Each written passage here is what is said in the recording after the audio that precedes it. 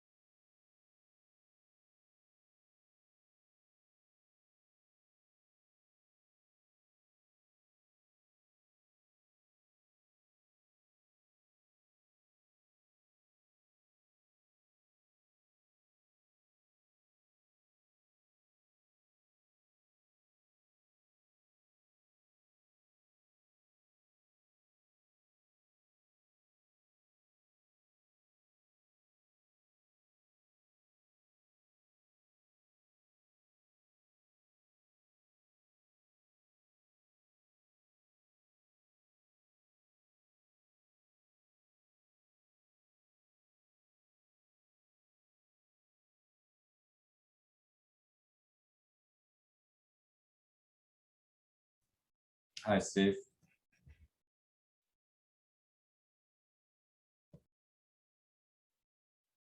I'm not hearing you. You want to pause the recording? Yeah, I think I can do that. Good evening, everyone, and welcome to this online public meeting for the Kingston Terrace Master Plan process. My name is Steve Faust with 3J Consulting. We're leading the team that is assisting the city with this planning process. With me are Ann Sylvester, the transportation consultant on our team, and Mike Weston, King City City Manager. I think you've probably heard some of the conversation. We have several counselors joining us this evening. Sorry, I lost my train of thought, but there was a notice of quorum in the outreach. Is there anything else you want to say about that, Mike? If we do have a quorum right now, I think we're looking at potential for 3 counselors. Currently, if we do have quorum, we'll announce that we do have potential quorum. The meeting is recorded.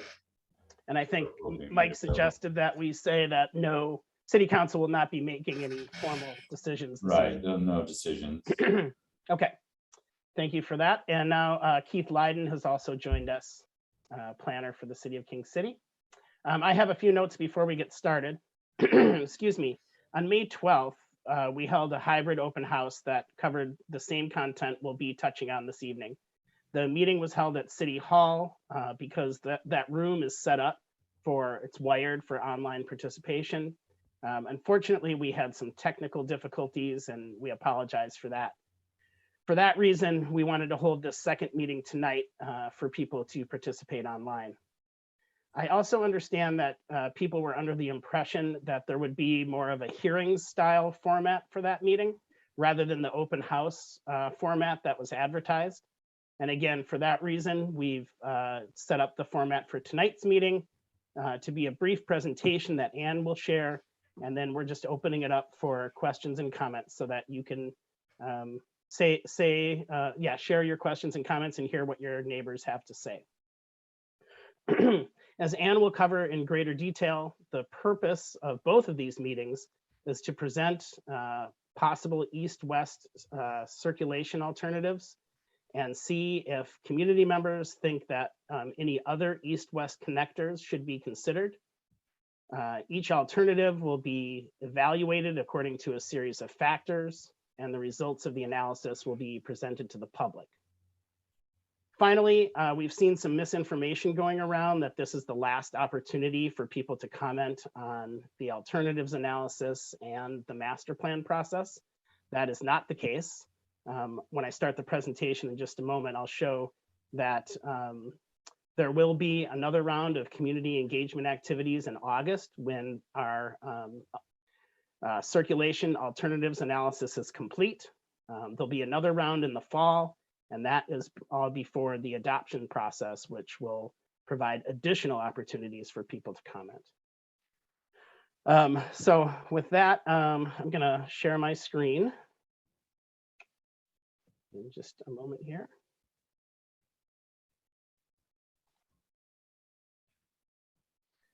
And say that for tonight's meeting, there is a question and answer function that you can enter your questions in. You also, when we start the question and answer period, can raise your hand and we will unmute you so you can provide your comment or ask your question. Yeah, so you can speak. So I'll repeat those instructions in a few minutes.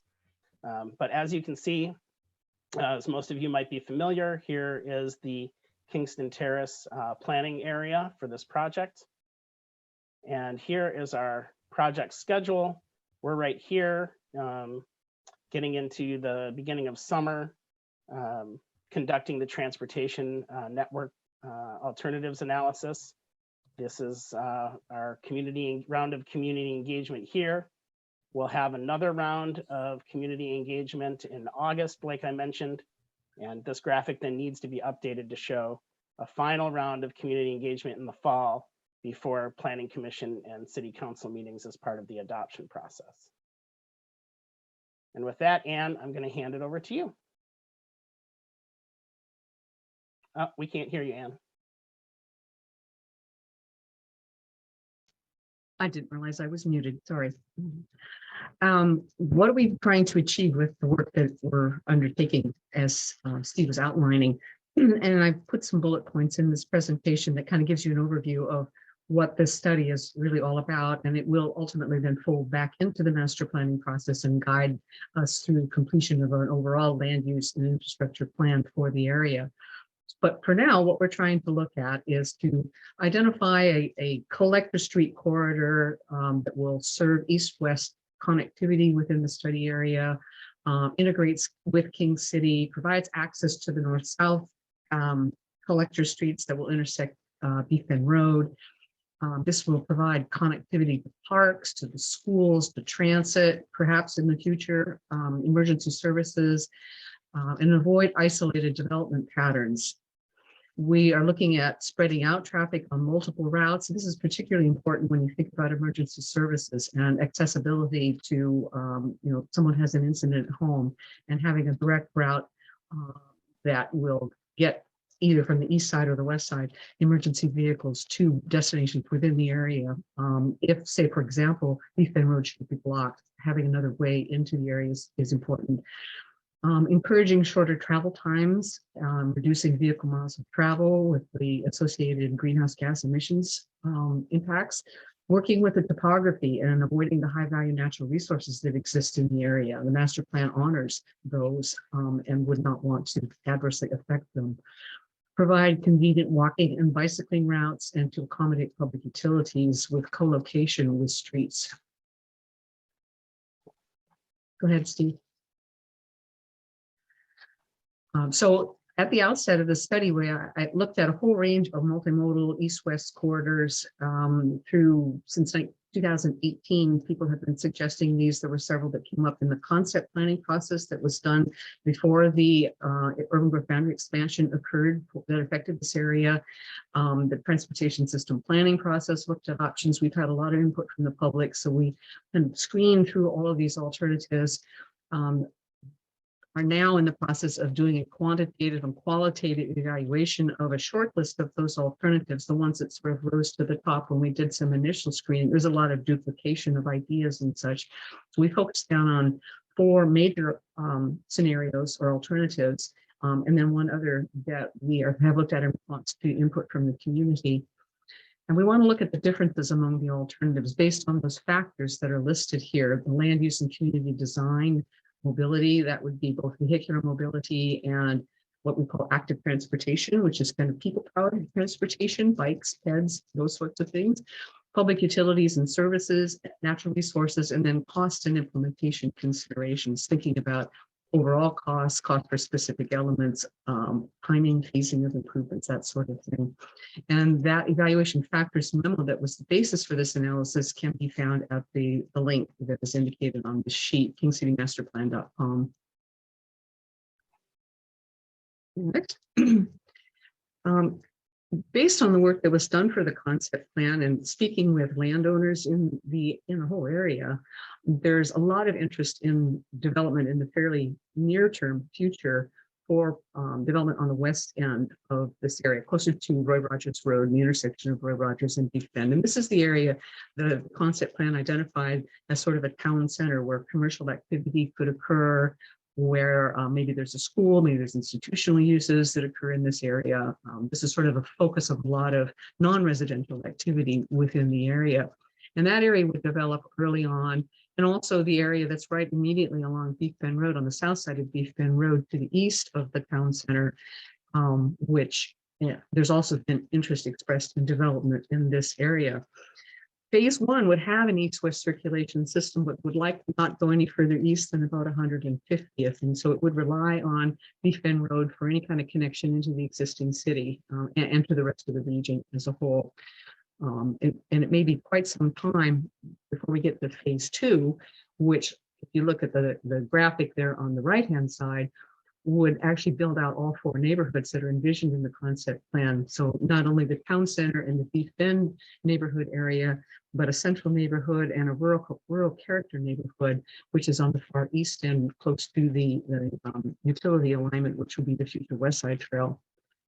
And then the 2 drawings down at the bottom of this graphic show the transportation, fundamental backbone transportation system that supports that land development. And you can see a focus then on the very far west end on that town center, with the road going east to approximately 150th, and then ultimately some connection to the east. And this is where the concept plan got left. And this is the place that we started the effort that we're doing now in the master plan and this alternatives analysis. So taking from this then and moving on to looking at a lot more detailed series of alternatives and a lot more factors than were considered at the concept planning level. So if you want to move ahead, Steve. And this is what we had identified as the alternatives, the 4 alternatives, physical improvements, basically going from Elsner Road all the way over to 137th. And then with alternative 4, the north and south legs of alternative 4 and the north leg of alternative 3, it's possible that they would connect either up to Beef Bend Road or down to into the existing city via Fisher Road. And that would be the whole route then for those 1, 2, and 3 south, which would be southerly alignment of the orange alternative, would actually access the existing city directly at Fisher Road. We did look at the connection via Capulet and just consider what would that mean in terms of actually having a collector street system come in that location, and speak about that in the analysis. And then the note here also indicates that we included what we call a no direct connection scenario, which essentially assumes just local streets in that kind of that white pattern of streets that you see underneath these colored lines. That's the street pattern that was laid out in the concept plan. So those would be local streets. And you can see kind of some of the pathways that they take. In some instances, they do traverse the ravines, and others they go around the ravines. The attempt was made really with all of these to try and have as much loop connection as possible with that local street system, so you don't have dead-end roads, which are problematic both from an access standpoint and from a water sewer service standpoint. So we did look at this one, and there's a series of evaluation conclusions that we came with respect to this particular scenario as well. So I think that's really all the presentation I was going to make at this time. If you want to go ahead, Steve, and open it up for questions and let you facilitate that. Excuse me. Yeah, I just want to remind people that there is an open online questionnaire that you can access again at kingcitymasterplan.com. And then a reminder that, and I think I'll just leave the alternatives, this graphic up for our conversation, but we can take it down later if we need to. Just a reminder that folks can participate in 2 ways. Number 1 there's a Q&A function that you can enter questions into. Some questions we might type responses to, but others I'll read aloud and ask a member of our panel here to answer. You also can raise your hand, and we'll let people in one at a time to be unmuted and ask their question or provide their comment, and kind of do it in an orderly fashion that way. So I just want to start. There was a question here in the Q&A, and I'll direct this to Anne. And this was part of Anne's presentation at the May 12th meeting. You can, I believe there's a recording of that meeting, but the presentation, the full presentation is on the project website. And the question is, can you explain how the consultants arrived at the 4 east-west alternatives and why 3 of the alternatives utilize Fisher Road through Edgewater? Well, as I said, a lot of the early thinking about alternative connections came from 2018 on, really looked at a whole variety of different paths, and each of these alternatives accomplishes slightly different things. For example, the one to the south provides access down towards the river. It crosses all the ravines. It's a straight shot from the town center over to Fisher. That was a scenario that we included in here, but at the same time, we recognize there's a lot of ravines here, and there's a lot of impacts that are associated with that alternative. But we're trying to actually give all of these options a fair hearing, if you will. So we looked at that one at the southerly end, and then we looked at something that would sort of run in the middle, and there was like variations of that. 2 and 3 would be along the same alignment, almost to 150th, 2 splitting down and then coming over to more directly to Fisher. 3 actually coming, one of the alignments would come down, come to Fisher, because that is the collector street that exists in the city. That is the through route that there is currently all the way across the city, and to get to Highway 99W, to get to the businesses that exist in the commercial portions of the city.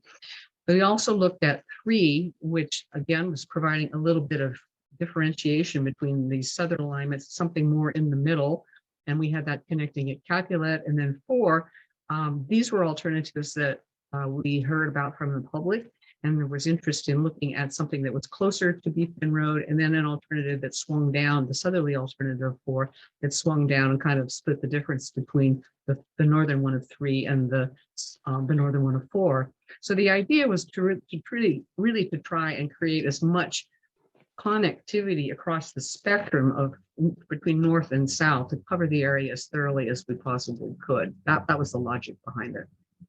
Thanks, Anne. Mike, why don't you let somebody, we'll kind of switch back and forth between the Q&A tool and the folks raising their hands. I'm going to start with Julie Pratt. She was the first one to have her hand up. So Julie, I'm going to bring you in. You should be able to talk. Okay, hello there. Thank you. I've lived in Edgewater since 2005, my husband and myself, and these are some thoughts on how we feel about the city extending Fisher Road to the new Kingston plan.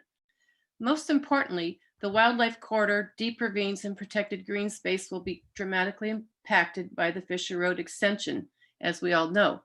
If this is approved to extend Fisher Road, surely there would need to be a traffic light installed at the intersection of 131st and Fisher for the safety of children and families walking to the local school.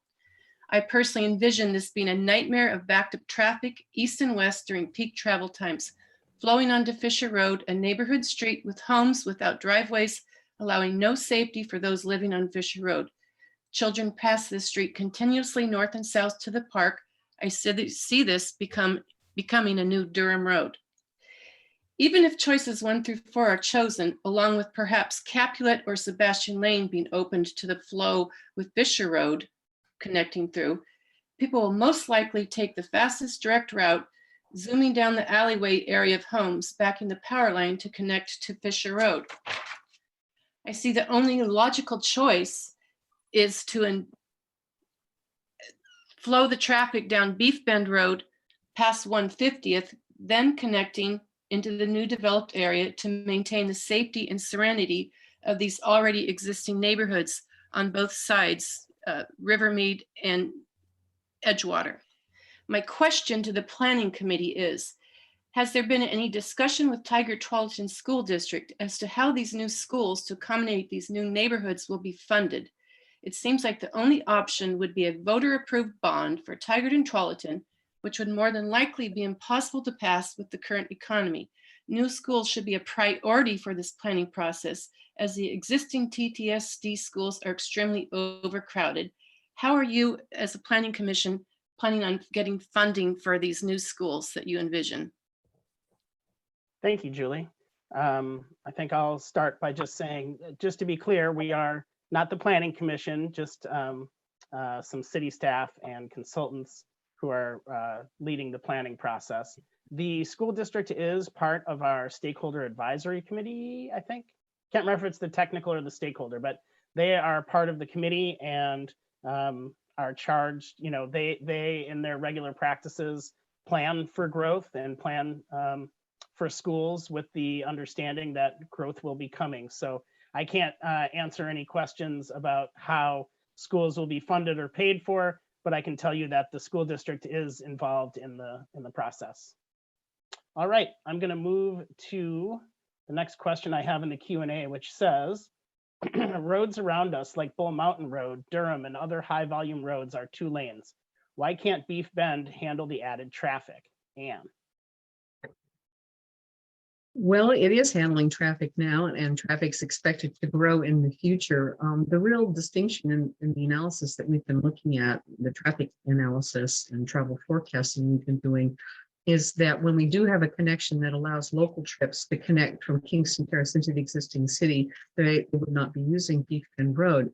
If we do use Beef Bend Road, you'll have not only the through regional trips that should be out there on the arterial, but you'll have local trips as well. And this pushes the traffic volume up high enough that there is some concern about the need for widening, if not the entire length between 99W and 137. Perhaps for some of it, or some special intersection treatments to move traffic through. There's going to be a lot of traffic, and there's a lot more demand for that road than can actually be accommodated on it. It's going to be very, very, very congested. All right, thank you, Anne. Mike, you want to bring the next attendee into the room? Carl, we're going to bring you in. I think you had your hand raised next. Carl, I think you just need to unmute and you should be good to go. Can you hear me now? Yes, sir. All right, thank you. Yeah, my name is Carl Swanson. Thanks for rescheduling and adjusting the format for this meeting. I have a comment on circulation analysis, and then after that, I'll have 3 related questions. I wanted to know basically if you can give me any specific requirements by Metro, Washington County, or ODOT, or any other agency that requires King City to build a new east-west connection. My research did not find any.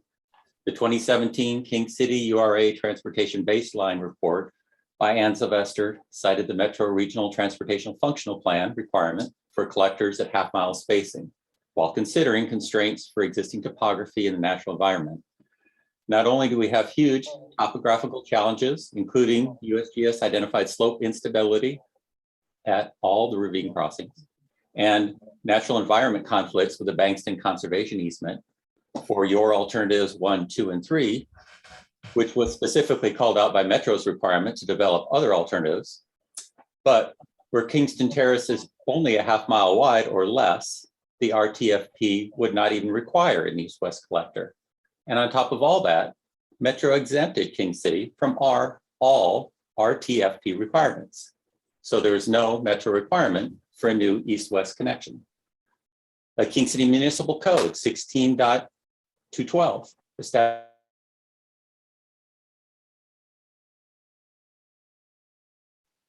Uh-oh, Carl, seems like we lost your connection here. Let's give him a minute. property presently occupied by Mount. Carl, I'm sorry to interrupt you. We lost you for just maybe 10 seconds. Okay. At the beginning or where? No, just you just came back. So just the previous 10 seconds of whatever you were saying. Okay. Did I finish with the statement on Metro requirement? Yes.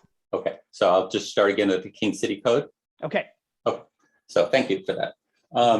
So the King City Code 16.212 establishes criteria related to block size and access spacing, and that Kingston Terrace include 2 future local street connections to 137th and a future local street connection to the property presently occupied by the Mountain View Mobile Home Estates. And most importantly, that the street system be designed to discourage motorists traveling between destinations that are outside of the neighborhood being served.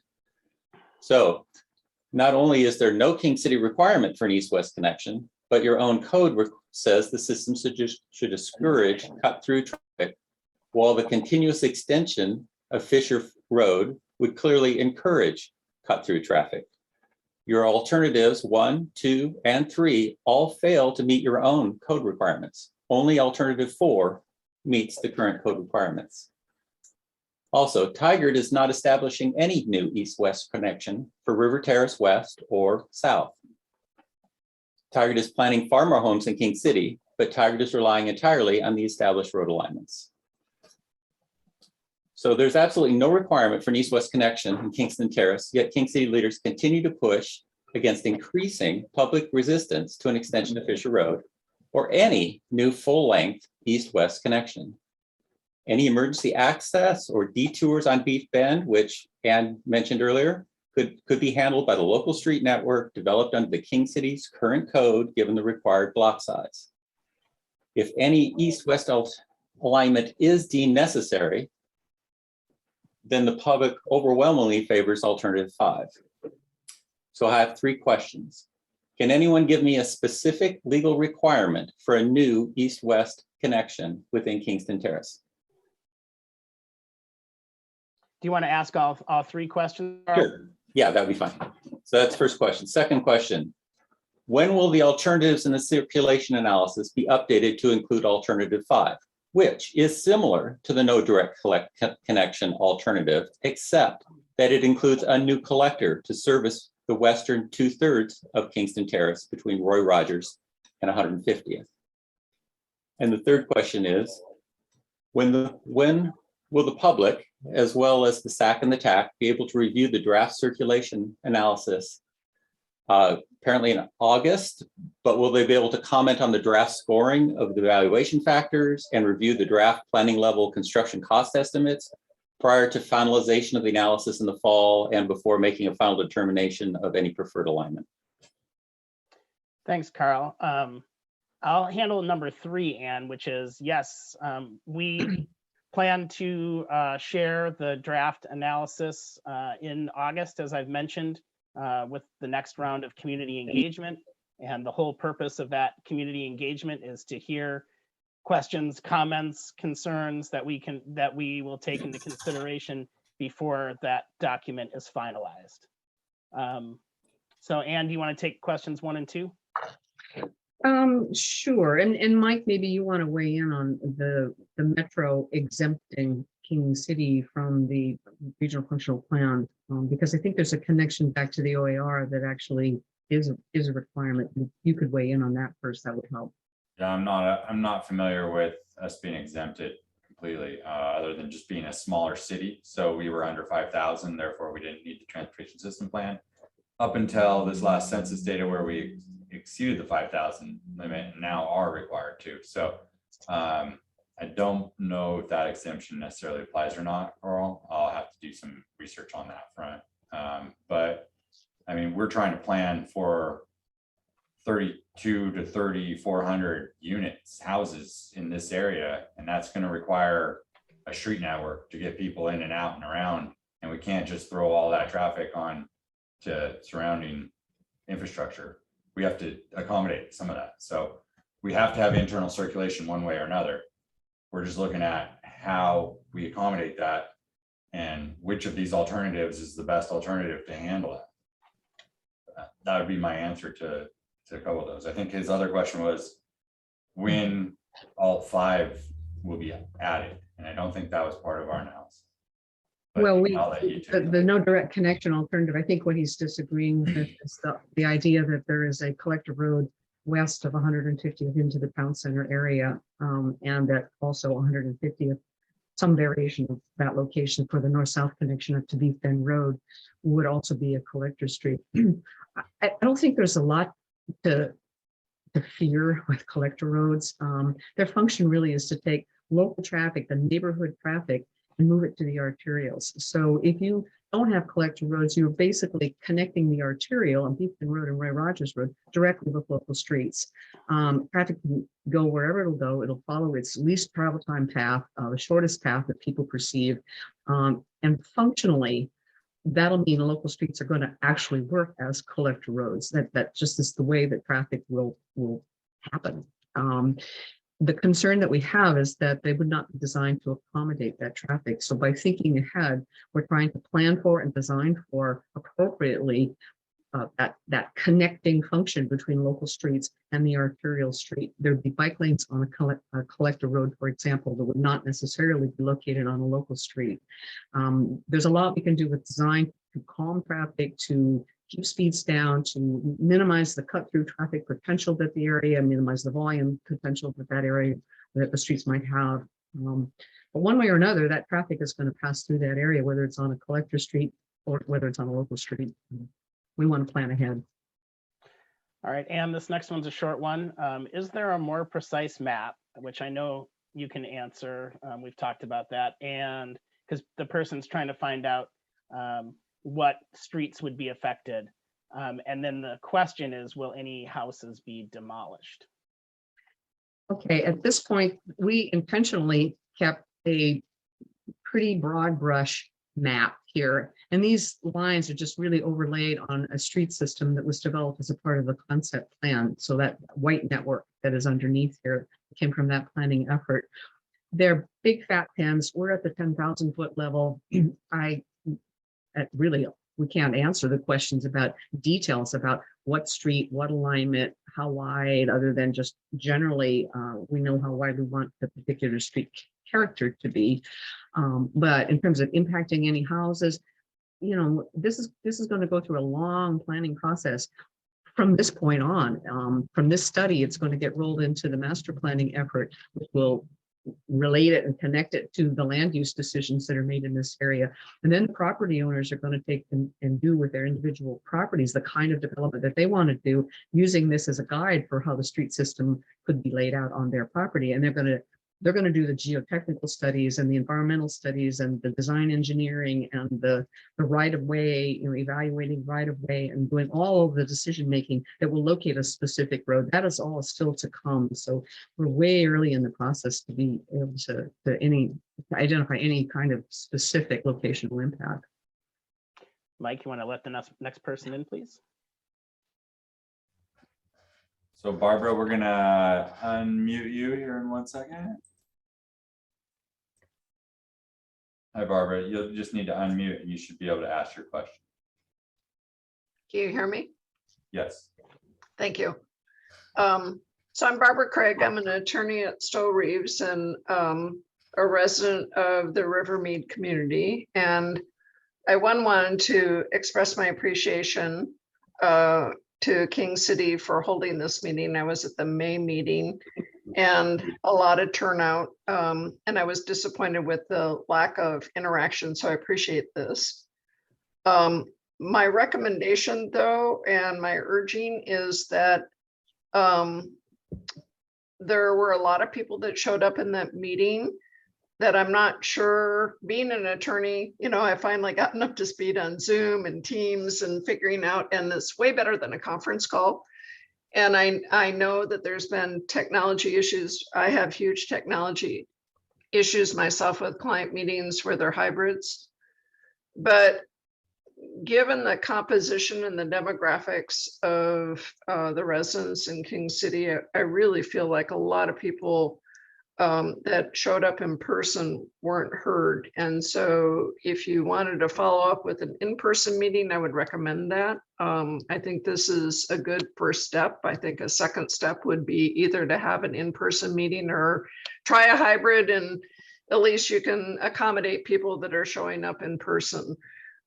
We've invited neighbors, but the technology isn't right for everybody, is all I'm saying. And that's not your guys' fault. I appreciate this meeting, but I also think that in my professional experience, the one thing that Zoom and Teams doesn't do a very good job of, and it's just the technology, is the public synergies of hearing each other and brainstorming and really being involved in the public process to be able to come up with constructive suggestions for King City in this process. So I think it's not just an opportunity for citizens to be heard. I think it's an opportunity for King City to hear from its people who are local experts about possibilities of improvements in the process. So it's just one, a thank you, and two, a plea. Thank you, Barbara. You know, it is our goal throughout this process to provide multiple avenues for people to participate throughout the project. You know, we during COVID time, we had an online meeting like this. There was an event in the park where people were able to talk to folks from the team and city representatives. We had the meeting where we had the technological difficulties, and I know the room was crowded, but there were, I don't know, more than 10 people there to hear questions and comments from folks. We have the online questionnaire that is that people can access at kingcitymasterplan.com. And, you know, there's many different ways to hold public meetings. We will, in August, definitely have another opportunity for people to participate in person. I'm hearing a preference for not an open house style, but it seems like people in King City like the more of a hearings style or a town hall style of public meeting. You know, we'll consider that as we do with all of our public meetings, we think about what's the information we want to convey. You know, how do we craft a meeting that best, you know, allows people to speak and provide comments and questions and feedback. So, and I hear what you're saying about the synergy of people listening to neighbors and going that way. That format has drawbacks as well in terms of, you know, we're having this kind of one question and one answer and not a lot of group dialogue. So all that to say, I appreciate your comment, and we definitely are trying to provide as many avenues for people to participate as possible. Okay, next question. I think this one is going to be for you, Anne. 28 streets feed into Fisher over its 1 mile from 99W to Cordelia, where Fisher dead ends. 25 streets feed into Beef Bend over its 3 miles from 99W to Roy Rogers. So why would Beef Bend itself not be a better choice over Fisher as the thoroughfare, since Beef Bend could accommodate future congestion better than Fisher and would avoid the river and other natural areas? So I have a feeling we're going to be hearing, you know, several variations of this, and we'll give a little answer each time, but maybe not belabor it as much as you do the first time you answer the question. Well, I guess the first thing that I would say is that Fisher Street at its far west end is really a local street. It's a collector street as you get farther into the city where it accesses 99W. And going back to what I said about the function of a collector street is to grab all that local traffic and connect it to an arterial. So it has a different purpose than Beef Bend Road, which is a minor arterial. It's a county road, and its function is to carry regional through traffic. And transportation systems actually function better when you don't expect one facility to accomplish everything. They work better if local traffic stays on more local streets or collector type streets, and regional through traffic stays out on the regional facilities. And that's kind of the logic behind why we have this functionally classified system in the first place. That the kind of traffic that is on a facility should be the appropriate kind of traffic that belongs on that facility. Typically on arterial streets, you do have fewer connections. Often you don't have parking, you don't have a lot of other interferences with traffic on the side because its purpose is to get traffic from one point to another. Fisher will have those kinds of connections because its purpose is to actually collect all that traffic from the local streets. So they're really apples and oranges here, and they're serving different functions. And I guess that would be how I would respond. Thanks, Anne. Steve, Mike? can I just input Sure. a little bit here? Because it sounds like in the question, the person's implying that Beef Bend won't be an arterial. It'll still be the primary arterial. Fisher would be a lower level, or whatever the alternative is, would be a lower level collector, like a neighborhood route or a neighborhood collector. So I think there's a distinction there between a regional arterial versus local streets that we're talking about, like local collectors or local routes. Yeah, we need them all in this transportation system. They just do serve different purposes and they have different design features that are usually associated with them. Mike, you want to bring the next person in, please? So Gary Davis, you are next. We're gonna bring you in. You'll just need to unmute. Yeah, hey everyone, can you guys hear me? Yes, sir.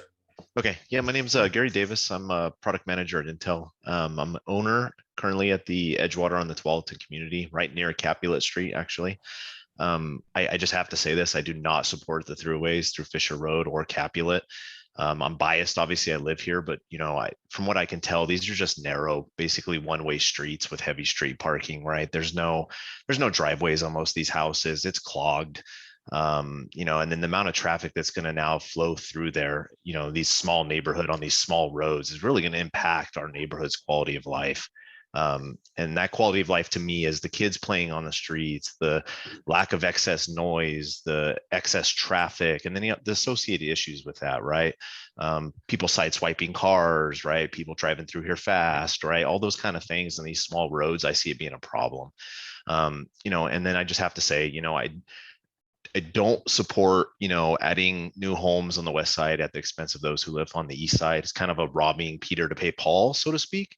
But I do support, you know, an option 5. I think that's the better way, right? The area is just not very great with the river there. But I don't think feeding all this traffic into a small community is the way to go either, right? And so I do have a question for you guys. I just had to state my background and kind of how I feel on this. So, you know, I've heard a little bit about a fire station being on the east side of the city. Or excuse me, you know, there is one on the east side of the city and then there's one being planned for the west side, right?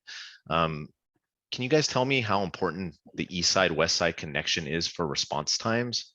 Sounds like that's a big deal. But I'm just kind of curious if there'd be a quicker time if we had one in the middle of Kingston Terrace. You know, what kind of analysis has been determined, you know, in a no build scenario?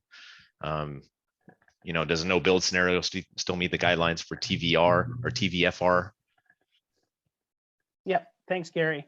Appreciate your comments and you know, all those factors are part of this analysis. We're not advocating for any one alternative at this point. All those, if you had a chance to look at the factors memo, it's pretty much everything you mentioned is in there as something to be considered. I'll let Mike and Ann jump in, but in terms of TVF&R, we've reached out to them and are, you know, in dialogue back and forth to get their input on these alternatives. Yeah, I don't know if we can answer the importance of the connector, you know, from a fire TVF&R standpoint. I could say that, you know, for emergency responders from either station on the west or east side to have to go all the way up to Beef Bend and then over and down, we assume would have an impact on response times. But again, we're reaching out to TVF&R to get some more, you know, get their assessment of these routes. Mike or Ann, anything? Go ahead, Ann. I guess I would just add too that when we start to think about, you know, service fire and rescue using local street system, I guess we have to think carefully about how wide those streets are, how many curves, whether there's speed bumps or anything like that on them to control speed, all the things that fire and rescue hate. They do have some minimum requirements on widths of roads. They do have very specific things that they like to see. So I think we will make that connection with them and you know, get their take on what they think about the different alternatives. And you know, going off of what Steve had mentioned, we are considering what their response times are. And I know that that's an element to Tualatin Valley Fire and Rescue on what their considerations are for firehouse placement. And so they're looking at that placement for that firehouse on the west side over there, where this east-west collector would essentially join into Roy Rogers so that they can get access into our call area as well as go up and down Roy Rogers. You might know already that King City is a very large response area, and it's a hot zone for their mapping. And so having responses to our areas is really is a high value for TVF&R. And so that's part of their evaluation concept for that firehouse on the west side and getting access into the city. So part of having those local streets and part of that connected system is being able to get those emergency vehicles to those destinations. And not only just emergency vehicles, but also school buses and transit routes and things of that nature as well. So I hope that answers your question. You did have a comment about alternative 5 and then putting the burden on the future development, as well as not placing the burden on the folks in King City. I would, you could argue both ways that alternative 5 actually puts more burden, or the no build option puts more burden on the existing current residents of King City, because what you're going to see is longer queue volumes and larger traffic problems on Beef Bend, which is going to force those vehicles through local streets that are paid for by us or paid for by the citizens of King City. And you're going to see more cut through on, like Prince Albert and 116th and 123rd and Royalty Parkway.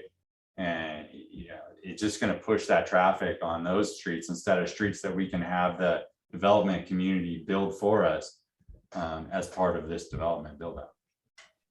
If that makes any sense. Thanks, Mike and Ann. On to the next question. Looking at your plan, you say you are considering livability in neighborhoods and protecting the environment. As I see it, the 4 road alternatives will be drastically changing and possibly destroying then green space, wetland, and the neighborhoods we currently live in. How do you propose to avoid this? I'll start just by saying that those are all factors in the analysis, and the scoring of the alternatives will show how each alternative relatively impacts those issues you're talking about: livability, green space, wetland. So, how do you propose to avoid this? I think avoiding any impacts at all, that isn't really realistic. I mean, all development, current houses in King City and roads in King City, all of those, and throughout the region, all of those have impacts, of different kinds. Growth in the Kingston Terrace area will be no different. I think the goal is to minimize those impacts and potentially, in some cases, make improvements that could only be realized through development. Ann or Mike, do you want to add on to this one at all? Nope. Okay. Mike, you want to bring the next person into the room? Sure thing. Gary Mitchell, we're going to bring you in. Gary, you should be able to unmute now. Hey, Hi, Gary. thank you for having this video conference. Again, my name is Gary Mitchell. I'm a King City resident. My home is on the corner of King Lear and Fisher Road in Edgewater. And I have a question to ask, but first I'd just like to make a brief statement and then ask my question. I wanted to let you know that I am opposed to the east-west internal street connection routes 1, 2, and 3, and possibly even 4 if it were to connect with Fisher Road. I'm in favor of the alternative option number 5 that's been proposed by the King City area citizens, which uses Beef Bend Road. And I think it's the most direct and most efficient east-west corridor. It would be faster, even for emergency vehicles, to go up to Beef Bend and get across to Kingston Terrace via Beef Bend Road. It's just my opinion. The Kingston Terrace Concept Transportation Plan emphasized taking traffic off Beef Bend Road by providing an internal east-west network for mobility from Kingston Terrace to King City, and I say and, with the goal to integrate the city as a whole community, and at the same time to minimize adverse impacts on the built environment. Taking traffic off Beef Bend Road and routing it internally through existing neighborhoods will not minimize adverse impacts. It will create significant adverse impact. There'll be more traffic, increased noise, increase pollution, reduce street safety for children and pedestrians in those existing neighborhoods. An east-west connection from Kingston Terrace to King City using Fisher Road will not, in my opinion, integrate the community. It's just going to provide Kingston Terrace residents access to and from Highway 99, creating a main thoroughfare through Edgewater. Now, here's my question. I think there was an early DKS consultant's estimate that there could be thousands of vehicles per day that would use such an internal east-west corridor via Fisher Road. Now, with the extra analysis that's been done on the circulation alternatives, what volumes of traffic would you expect? Just how many vehicles per day would be expected using the east-west corridor on Fisher Road? Thanks, Gary. That's an Ann question. Well, for one, we don't really evaluate traffic on the basis of a daily volume. We look at the peak hour and what can happen in the peak hour. And each of the alternatives has a different estimate associated with it, or groups of alternatives have different estimates associated with that. So I don't want to speak off the top of my head. All that information is actually going to be available in a very detailed transportation analysis report. And then the summary of that information will be provided in the alternatives analysis report that Steve was referencing. And because I would prefer that we defer the discussion about specific details from the analysis until we get to that point. Thank you, Ann. Next question. What is the plan for Elsner Road improvements or connections?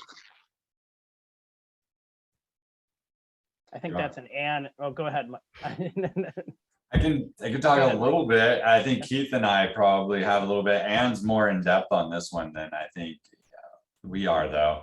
And Keith, correct me if I'm wrong, but the DKSTSP called for improvements for Elsner as a collector, right? And then an intersection improvement at Elsner and Beef Bend, and an intersection improvement at Roy Rogers and Elsner.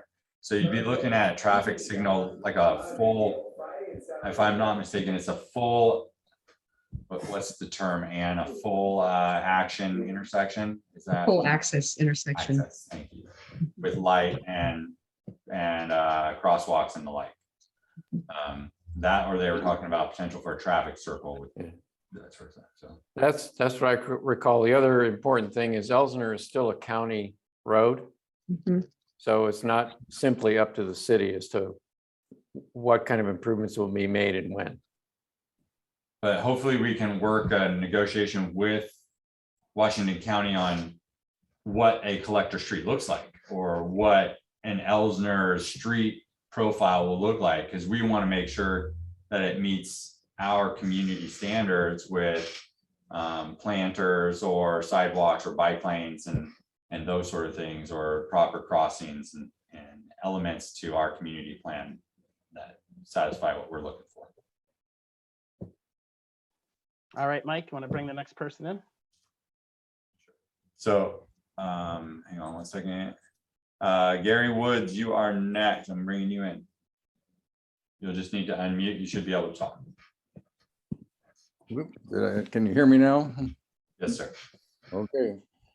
Thanks for having this tonight, Steve. I appreciate it. After our talk that you opened this up for tonight. And when we bought our house here on Fisher Road, the concept plan had been just decided the month before, and we weren't advised about it, didn't know anything about it. And we started hearing about the proposed expansion of Fisher Road to Roy Rogers. And as we've lived here now for 4 years, one of the things that we see is that it's a dead end street and people drive too fast. Now, delivery drivers, teenagers, other people, I won't get too specific, driving too fast through our neighborhood at this point. And if Fisher Road is extended, it will make it, as all the other people have said, it will make it a much more dangerous neighborhood for the children.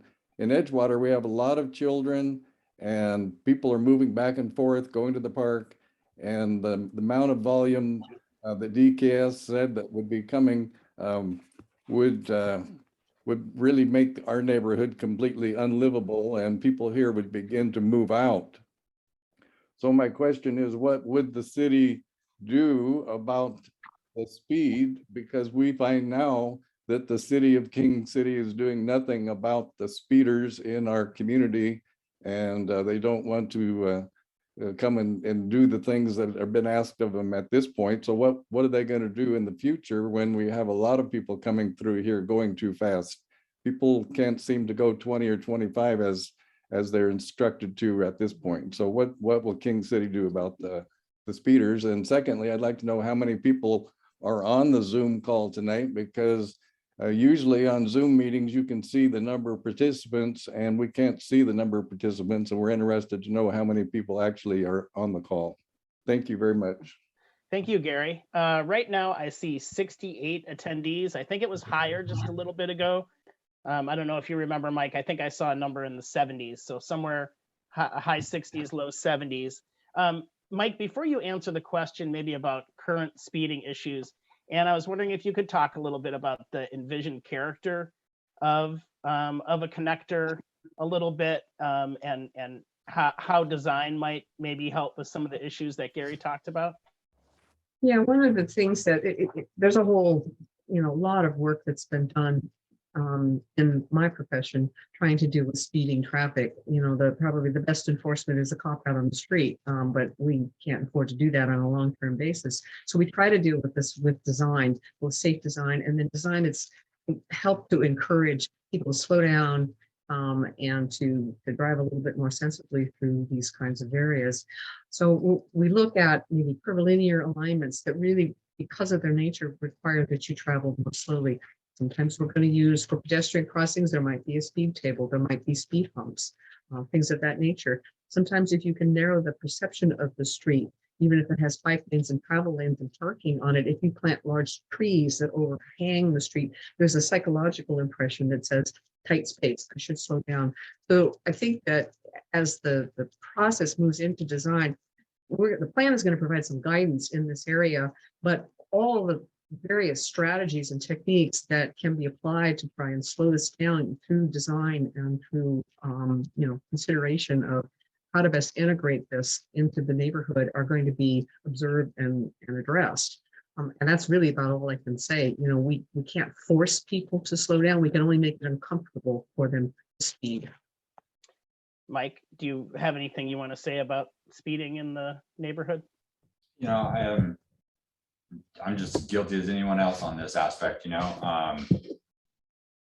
it's easy to be cruising along a wide open street and not realize you're going 10 miles over the speed limit, and before you even realize what's happening, you're speeding. And so what Ann said, perceptions of streets, narrowing street, like streetscapes, narrowing them down, making it more compact, adding safety enhancements like the crosswalks or center islands or pedestrian refuges and bulb outs. Those things tend to adjust the psychological aspect of driving down the road and make you pay more attention to, oh, okay, wait, it's getting a little narrow, maybe I should slow down a little bit. So that's our hope in the design aspect here, is that maybe we can address some of that.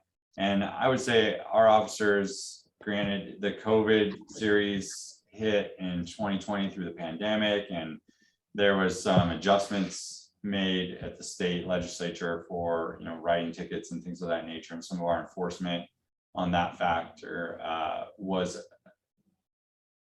affected by that, and we're just now starting to get back into that enforcement after a 1.5 to 2 year hiatus of those elements. So hopefully our officers will continue to do a great job out there enforcing it. We do speed studies occasionally, and we put the speed monitor out there. It has camera, it's equipped with camera and data. We collect that data, and there is always the occasional person that comes cruising through at excess speed. We can't catch them all, but we do try. Thank you both. Next question from Greg Russell. There were 4 organized field trips of the Bankston Myers, and O'Halloran properties in April, June, July, and August of 2021. 40 individuals participated representing Metro, Clean Water Services, Rivermead, Edgewater, Washington County, our advisory committees, King City councilors, planners, mayor, and Tualatin Riverkeepers. These field trips were conducted so everyone could get a better perspective of the environmental and financial impacts of a proposed Fisher Road extension. Yet 3 of the proposed alternative routes go through the Conservancy and use Fisher Road through Edgewater. Can you explain your reasoning in justifying this action? And so first, I want to thank you, Greg, and everyone who helped put together those tours, because they certainly did help us, get a better on the ground understanding of the topography in the area and some of the issues that folks are facing in the area. I will say that, again, we are, the purpose of this analysis, and I will say that, many community members rightfully stated that an alternatives analysis had not been conducted previously, and so the information was somewhat anecdotal. What we're trying to do here is get some facts, get some data that can support potentially one of these connectors. And so, everything you mentioned, again, are factors in evaluating the different alternatives. I'll let Ann answer the question again, kind of a variation of a previous one, but maybe about why 3 of the routes connect to Fisher Road.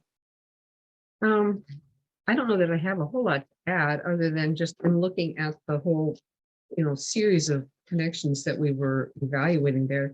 The Fisher Road connection is the one that connects to what becomes a collector street and accesses the remainder of the city. There is really no other east-west through route in King City as it exists today on the east side of the BPA PGE utility corridor.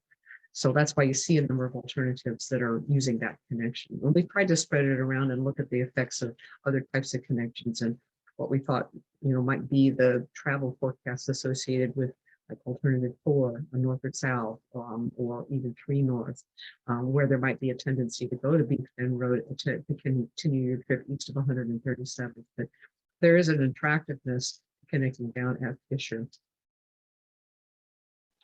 Oh, go ahead, Mike. I would just say that I think the reason that we initially looked at the Fisher as the connection there was because of what Ann just said. It's the only one that really goes through without having to either punch a line through the mobile home park and the southern end of Deer Creek and figuring out how to get to Dixon and 128th and then 128th down to like King Richard or Morocco or something. Capulet was really narrow. There's really, I think, only like 20 feet on Capulet, so there's not right of way there either. Fisher Road is a 50-foot right of way. Fisher itself is 36 feet wide, whereas Capulet's only like 28. And then Roseberry, I think, is 28, but has parking on both sides. So it's really, really narrow through that area. And then Fisher also has the right of way that extends all the way out. So we don't have to go through any private property. We don't have to condemn any houses. It just basically maximizes the existing public right of way to the maximum extent possible. And that was why in the concept plan, it rose to the top. Thanks, Mike. Let's see. I think we're bringing the next person into the room now. So are we on Stacy? Okay. Hi, Stacy. We're going to bring you in. You should be able to unmute now. Stacy, are you there? Hi, I actually didn't get in line to speak. I'm just listening. Oh, your hand is raised. It is? Oh, Yeah. sorry.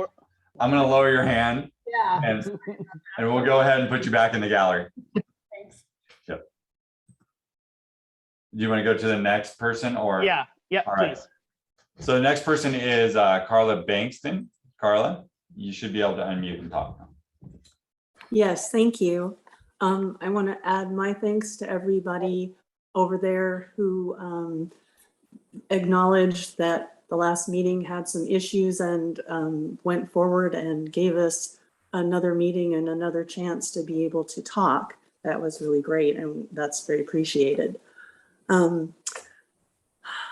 So my explanation leading up to my question is per Metro's Ordinance 181427, Exhibit C, Section E.8. King City is to work with the Columbia Land Trust to protect the conservation easement to the maximum extent possible. So the usual standard in these situations is protection to the maximum extent practicable, which in environmental law, that means the greatest possible avoidance of environmental impacts while considering factors such as profit and deadlines. However, Metro instead required the standard of maximum extent possible. And in environmental law, that means that the impact to the easement has to be minimal regardless of costs or other considerations. And that's an established tenet in environmental law, that has that specific meaning. So in addition to that, your own analysis also estimated up to this point that building a road on this alignment would cost 25 million more per stream crossing than building further north. And despite that, all those things, 3 of the 4 proposed alternatives still go through the conservation easement.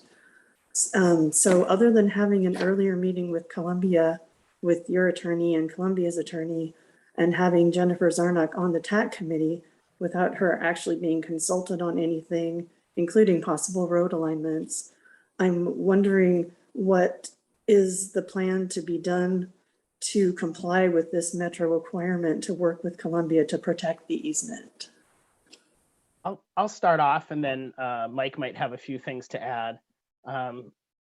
Just trying to remember some of the points in there. So in terms of our advisory committees, everyone on the advisory committee did have an opportunity to provide comments, just like all the members of the public have today on these different alignments that we're taking into the analysis. We're not lawyers, so I'm not gonna try to answer the legal portion of your question, and I'm also not gonna speak for Metro.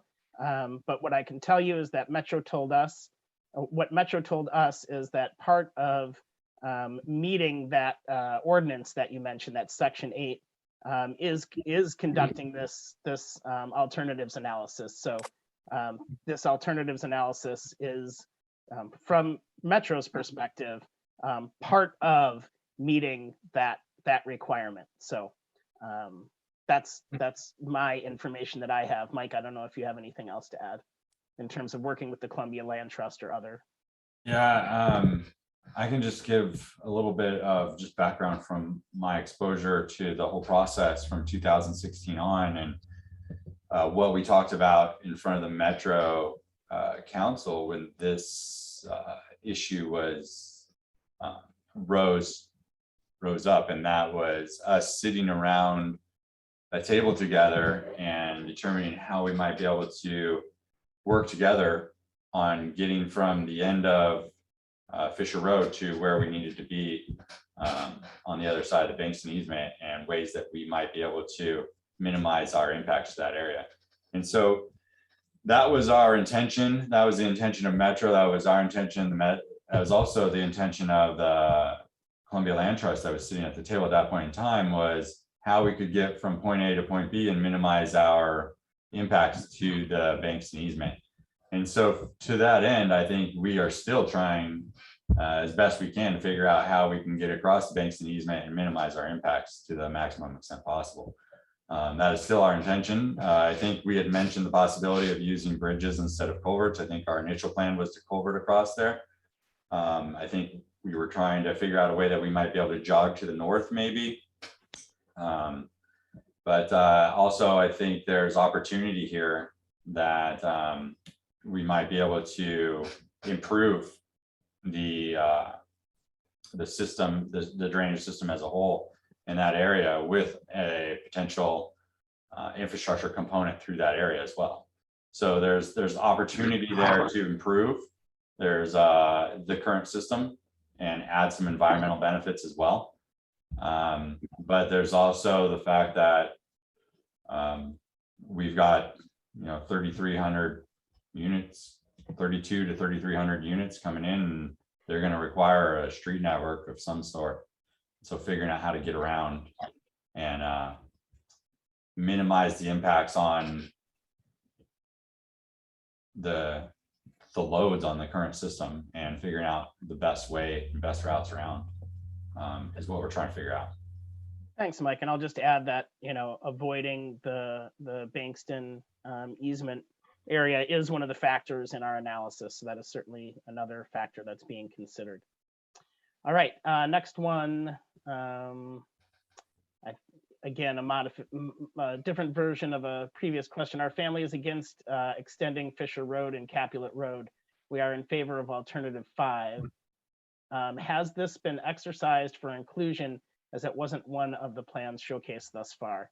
So maybe, Ann, you can talk again about kind of the no connector part of the analysis. Yeah, I think that one of the things that I got out of the meeting that we had in May was the need to really go back and consider, what will be the consequences of not having that collector connection directly across that area.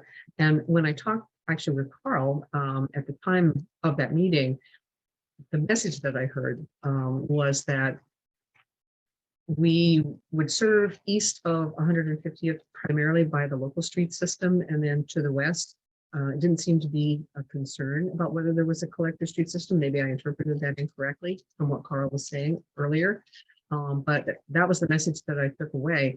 And so we did do an evaluation across all the different disciplines that we're evaluating of what we call kind of a no direct connection scenario. And it's maybe a variation of the alternative 5, but we have looked at that for all the different disciplines, and we'll be prepared to talk about the findings when the report is released. Thanks, Ann. Mike, let's bring the next person in. Victoria Frankie, I think you are next. We're going to bring you in. All you have to do is unmute and you can talk. Hi, can everyone hear me? Yes. ma'am. Awesome. I have a 2-part question. So my first question is, the development area is already pretty prone to serious erosion along the Tualatin River. An additional road is another non-permeable surface contributing to what is already a pretty serious problem. If you were to develop any of these alternatives, are there any means of mitigation being considered to help alleviate further degradation? I'll just say quickly, and no one from Clean Water Services is here tonight. They had 5 people at the meeting on May 12th. And one of the things that development of this area does do is bring the funding needed to address some of the erosion problems that people are experiencing in the Kingston Terrace area. So that is definitely a Clean Water Services. You can find some information on our project website, but they are conducting studies of for stormwater and sewer in Kingston Terrace area and beyond, up the hill, River Terrace and Bull Mountain, I believe. I don't know the exact study area, but they're looking at those things, and that's a big part of our study. Mike, do you have anything to add? Just exactly what you said. In speaking with Clean Water Services, there are some things we can do with road improvements in their current alignments, and there's other things we can do with new road alignments. There's mitigation as well as the potential for in-stream improvements that I was mentioning prior to in answer to Ms. Bankston's question on their easement there. So there's opportunities there with construction. Yes, we're adding more non-permeable surfaces, but we also have the opportunity there through mitigation and other efforts to improve those streams and hopefully address a lot of that erosion that we otherwise might not be able to do. And then Victoria, I thought you said you had 2 questions. Part 2. Yeah, I do. So my second question is, with the road alternatives that will obviously need DSL and Section 404 permitting, have there been any communications with the permitting agencies prior to finalizing your decision, since it would better inform which alternative would be most feasible? I think that might be a question for Ann. This is not really in my Okay. wheelhouse. 404 permitting and that sort of thing is not typically what I do, but from what I know about it, I think that oftentimes the agencies like to see a very specific proposal. And at this point in time, we're very early in the planning process, and we don't have a specific proposal that they could respond to. We have not reached out to them yet. I think that's something that will have to be accomplished as the project moves forward. And we get into that later phase, as I was describing, where you actually have the landowners that are laying out roads, laying out parcels, identifying kind of what's going to go where on their property within the context of that larger plan. And they're going to be the ones that are going to have to address the permitting. Mike or Keith, anything to add? I think, well, I mean, I come from a planning background myself, so I've been through the joint permit application through Army Corps, DSL, NIMS, and those others, and I know it's an onerous process, and I know it can take some time and it takes a lot of effort. It's not impossible, but it is difficult. And like Ann was saying, these will need to be addressed by developers when they go to develop these properties. So right now, what we're working on is a plan for the future. You know, we're looking at 10, 15, 20 years in the future, and the city itself is not likely to be the one developing these road systems. So these are usually going to be developed by the developers that are doing these projects, and they're going to be the ones that are required to go get those permits. Okay, I'm going to combine a couple questions here. Let's see here. The next two questions. Has there been any consideration to expanding Beef Bend Road to 5 lanes? This would reduce the need to focus on collectors via Fisher Road.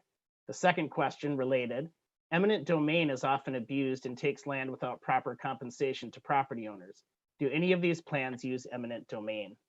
So let's first maybe talk about Beef Bend Road itself and what it would mean to expand it to 5 lanes. I don't know if Mike or Ann, either of you could respond to this, but maybe that's where we should start. Right. Sorry, and I was going to say, I think Ann's done the most work on this. Her and her consultants have looked at what expanding a 5-lane Beef Bend actually looks like, and how many homes, multifamily, and private properties are condemned or impacted along the way with that. It's almost a 2-mile stretch, if I'm not. It's a long stretch, and there's a lot of properties. There's a lot of apartments and parking areas and homes and such that would be impacted if we went to a 5-lane cross section. And the work that we did was just again, with 10,000 feet. We looked at the center line of the road. We said, we go from 3 lanes to 5 lanes. We need this much additional width. What's that mean? And there's some pretty significant impacts associated with that. But I don't think that the jury is in on, do we have to do the 5 lanes, or can we isolate intersection improvements? Maybe this piece from here to here needs widening and this doesn't. You know, it's going to require a much more detailed study of Beef Bend Road to answer that question than we're able to do in the context of this kind of planning effort. We just know that there's some issues and there's a lot of demand on the road. But again, I mean, that's part of what we're trying to avoid for that reason, that Exactly. Where Beef Bend Road goes through existing King City or above existing King City, that's where there would be impacts on properties. The second part of the question, so that gets to a little bit of eminent domain, but do any of these plans use eminent domain? Go ahead, Mike. There's no plan. There's no plan for eminent domain. If I was to look at the plans or alternatives that we have, you have existing right-of-way on the lower Fisher Road. That'd be the southern part of alternative 3, alternative 2, and alternative 1. You have existing right-of-way all the way to the banks and easement.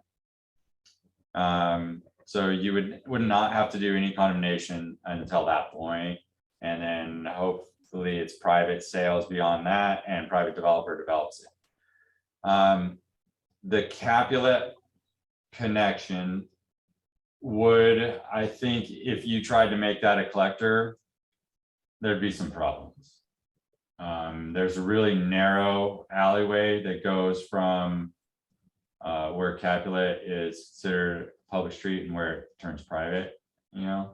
And I think that's only 20 feet there. And I think putting through a 28 or 36-foot road through there is darn near impossible. So you'd have some problems. The alternative for north or south, if you were to push that through to 131st or over to Dixon, you'd have to acquire some property somewhere along that stretch. And then if you were to get into Dixon, then you'd have to go to the unapproved right of way at 128. And that would take you down to, what is it, Morocco or King Richard, I think, without having to condemn much on that end. But I don't think those are preferred routes just because of the level of potential condemnation that would be brought into taking that all the way through. So I think what we would try to do is just try to get traffic over to some way, shape or form over to 131st and Fisher at some point, or down to the Fisher Road, because that's where it naturally wants to go. All right, Mike, you want to bring the next person into the room? Sure. So Julie Pratt, we're going to bring you back in. You can unmute, I believe. Thank you. Mike, question for you. I believe your comment to the King City citizens, King City proper in particular, about the traffic, I feel like you're threatening them that the traffic's going to go down through their roads, which it's probably not going to do that any more than it has in the past, because that's an ongoing slow filtration and people watch the traffic flow there. So I think you're threatening people in that area by trying to do that. I would like to say someone spoke about the safety enhancements that would be applied to the street barriers and things to control the traffic. I think it's common knowledge that what was done on 131st with that safety enhancement corridor thing, that hasn't slowed the traffic. I walk that 2 times a day, all the time. Utility trucks come barreling down there. Everyone goes barreling down there, up there. That does not slow traffic. People want to go as fast as they can to where they're getting, and we have no traffic protection in this city as far as I'm concerned. There used to be. My other question is the last question, and thank you for your time tonight. In the gas pipeline area under the power lines, Northwest Gas, they've been working there all week digging stuff up. Apparently there's a leak out there, which I don't know if the city's aware of that. And it's been asked by concerned people that live here that what's going on? Do you know of a street going through there, and what would entail for that to be buried feet down with slab on the top and then dirt and then a road? I'm concerned as what kind of a communication has been done with Northwest Natural and if there has been any, to put any road down through that power line, whether it's Capulet or Fisher Road. Thanks, Julie. We are reaching out in addition to looking at public utilities. We're looking at franchise utilities. So that's your power, your fiber optics, things of that nature. So that is certainly something that we're taking into consideration as one of the factors in the analysis. Yeah, there's a leak right now that they're repairing. Okay, yeah, that I don't know about. I don't know if you want to say anything about that, Mike. I don't know anything about that. I do know that Kinder Morgan's out there doing some geotechnical work right now. There's some work that they have slated for the next year. I believe it's replacement of that pipe on a maintenance schedule. I know that there was a leak there a while back. I don't know if there's an actual leak there right now. I do know that it's slated for maintenance and modification. So, but they haven't submitted their land use permit for that repair yet. But I do know that they're planning a bore under the river and back up and replacing a segment of that pipe. Thanks, Mike. Okay, next in the queue is to clarify what we are hearing. The mentioned alternative 5 that proposes using Beef Bend is not something that is being considered. That is not correct. I think Ann has explained it several times that part of our analysis is a no connection alternative that looks at what if there was just a road similar to the alternative 5 that extended from Roy Rogers over to 150th and then up to Beef Bend Road. Is there anything I missed there, Ann? No. Okay. Let's bring in the next person, Mike. All right, Max, we are bringing you in. Max Jurgensen. Good evening, guys. Thanks for the opportunity to speak here and for offering this dialogue. My name is Max Jurgensen. I'm a King City resident in Edgewater. And I'll start by saying that I'm also opposed to the extension of Fisher Road and or Capulet due to what I perceive to be safety issues, probably a really high cost of development, and the potential environmental and property damage that could occur in the future. So I'm really interested to see the analysis. And once again, thank you guys for doing this. So I have a couple of questions. In order to establish accurate system development charges, the costs of roads, bridges, sewer, and other infrastructure will need to be determined. Could you please share the cost estimates for each of the alternatives? 1, 2, 3, and 4. So those cost estimates will be included in the alternatives analysis that we'll be sharing in August. So we will be sharing those. So we will know those before the master plan is presented to. Oh yeah, definitely. Okay, thank you. Thank you. Did you have another part to that, Max? Nope, that was just that follow-up question there. Okay, thanks, Max. Thank you. Okay, I think this is more of a comment. It is beyond me how Fisher Street is considered to be an arterial, our 25-mile-per-hour arterial. None of your connections through existing King City support them qualifying as arterials. There's no doubt that the new area residents will want to get to 99. You only need to look at traffic volume on Roy Rogers via 99. It is nonsense to think that streets that originated as neighborhood traffic lanes through King City qualify as collectors. You need to go back to the drawing board.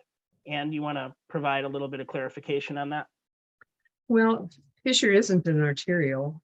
Wait, and it, Go so ahead. from 131st to 99, I can't remember what Washington County classifies it as. As a collector. Do they class? Okay.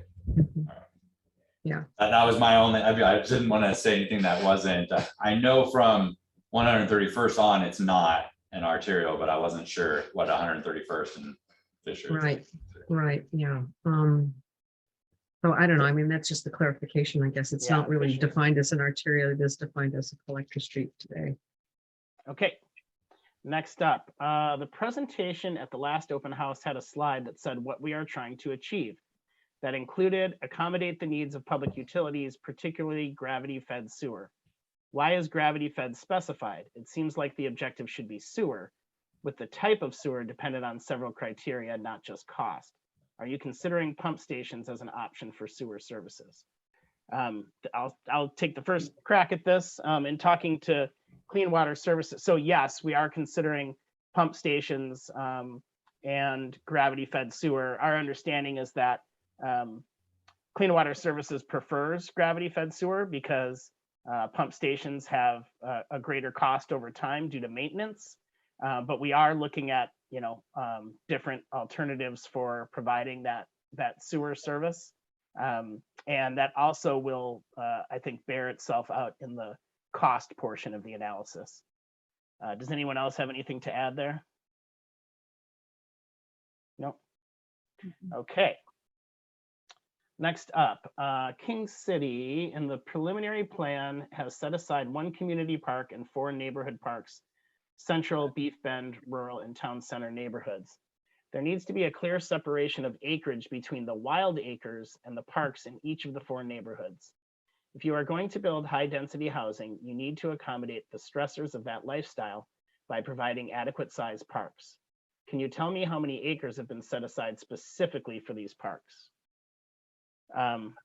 I don't know what the concept plan said, Mike. I don't know that we've actually come to an acreage, and not in the master plan process. There might have been something from the concept plan, but I think we do distinguish the parks from kind of the natural areas that surround the river and the ravines, for instance, to some degree, right? Yeah, there's 200 plus acres of the natural resource areas that can double as some park improvement lands. That would include trails, that would include some areas that are like within the floodplain that offer recreation opportunities. But then I'm trying to think of like the improved park, like actual those neighborhood parks that you mentioned in your question, Greg, and the urban town center park. And if I'm remembering correctly, I think there was like 5 community parks varying size from 1.5 acres to 3 acres. And then there was one primary like cultural center central park concept over in the town square that was supposed to be around 5 acres. So if you have 5 parks at 1.5 to 3 acres, plus your 5 acres over here. About 15 acres or something. Yeah, I want to say 15. Yeah, I want to say it was around 15 acres of improved park space, like that's your pocket parks and those sort of things. But then you also had trail systems and recreation opportunities, play fields, those sort of things along the lower land areas that aren't suitable for development, but are high and dry 99% of the time, unless it's a 100-year flood or 500-year flood. And we'll be taking a closer look at that as we, get towards the end of this transportation, the circulation analysis, and move in back towards some of the land use portions of the concept or of the master plan. Excuse me. Next, I agree with Gary. My niece was almost hit twice in the last 5 years that I've been here because of people driving too fast and trying to cut through the alleyways. That is not a good situation. Thank you for your comment. I appreciate that.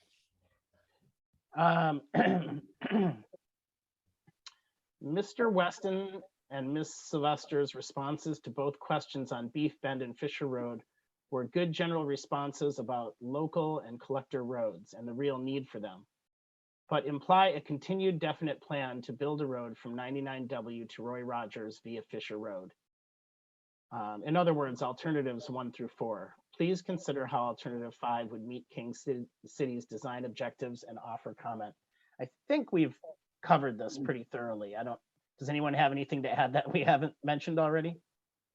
I would just say that just because it's a series of connected streets doesn't mean it's a straight shot.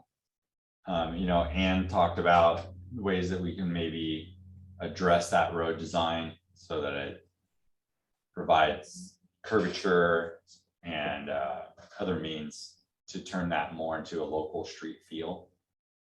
We can also add intersections like traffic circles, things of that nature through each element to add a slowing feature along that strip so it feels more like a local road or local collector street.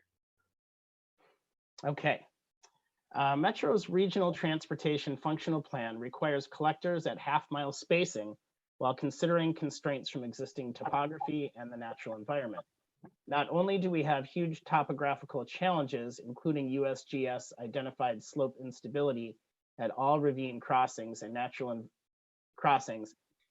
environment conflicts with the Bankston Conservation Easement for alternatives 1, 2, and 3, which was specifically called out by Metro's requirement to develop other alternatives to crossing the conservation easement.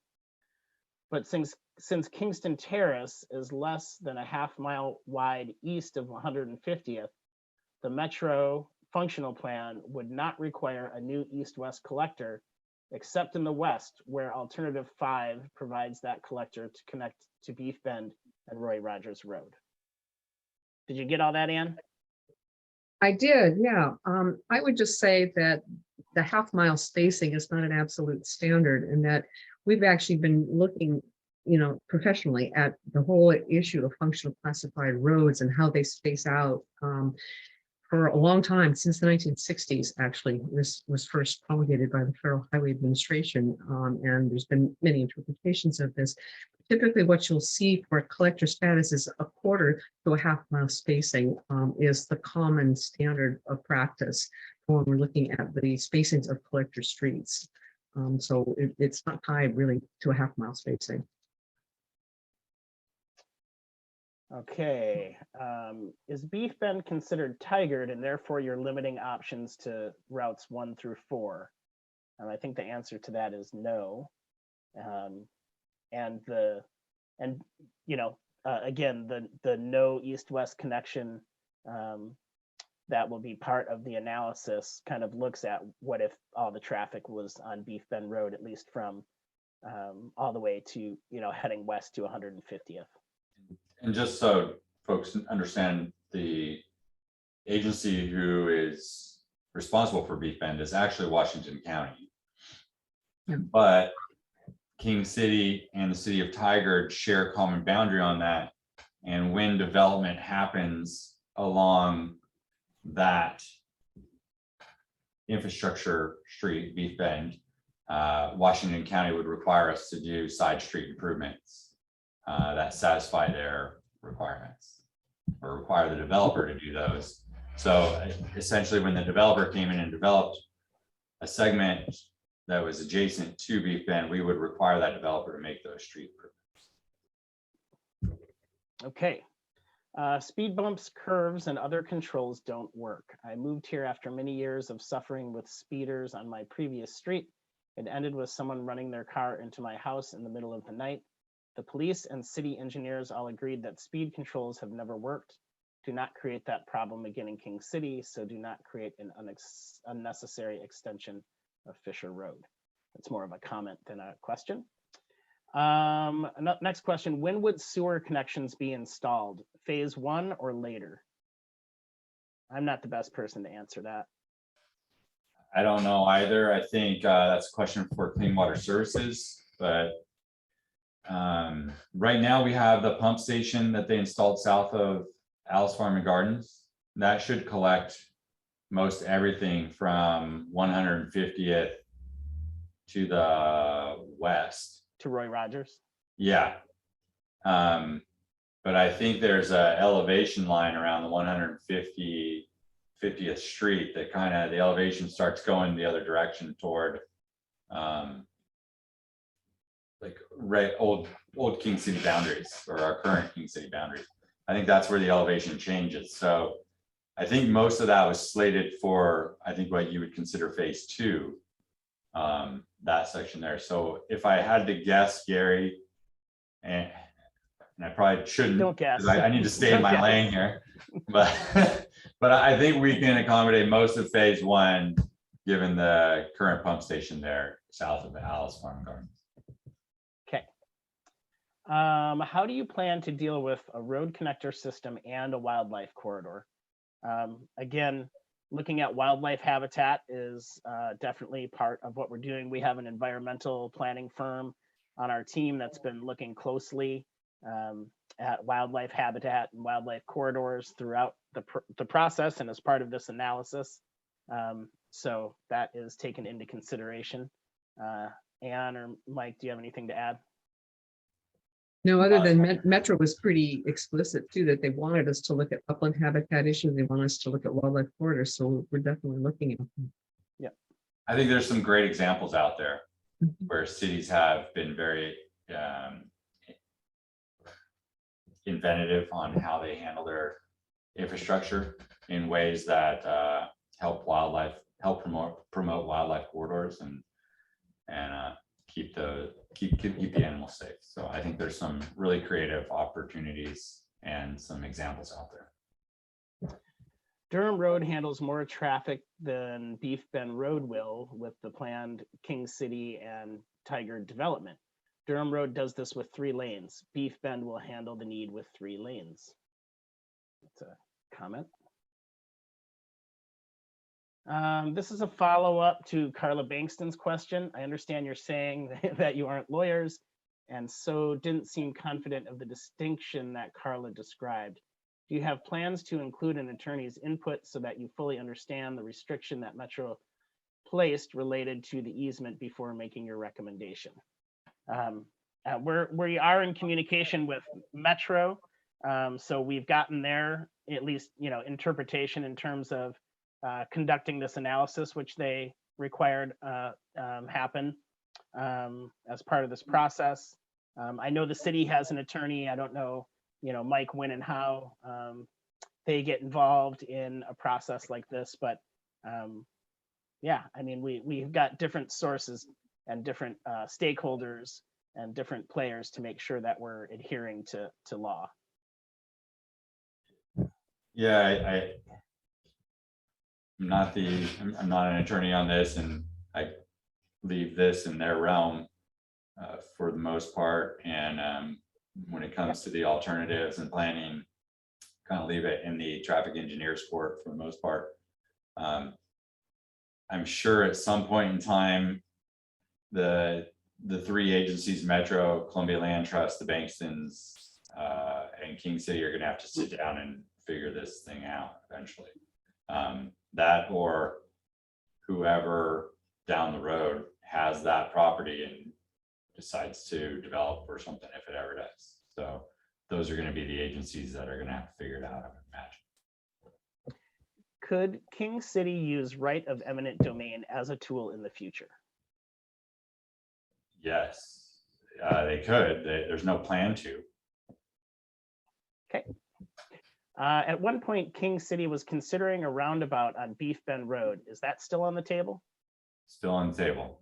Multiple roundabouts on Beef Bend, hopefully. And anything to add? Nope. Okay. At the beginning of the meeting, Steve stated that there's been misinformation that this is the last opportunity to talk about, this says the TSP, but isn't this in fact the last opportunity to engage in a community meeting prior to the preferred alternative selected? No, that is not the case. We are going to bring the results of the analysis to the community in August, and at that time we'll have a discussion. We'll answer questions. People can review and critique the scoring or the outcomes of the analysis, and that document will not be finalized until after that round of community engagement in August. You referred to the pipeline in the field as a Northwest gas line. For your information, it is a 8-inch high pressure petroleum gas line. Thank you. Yeah, that was one of our attendees who referred to it as a gas line. But thank you for that clarification. And if I misspoke, sorry about that. If I happen to say Northwest Natural. If you have a curved road design and other traffic, let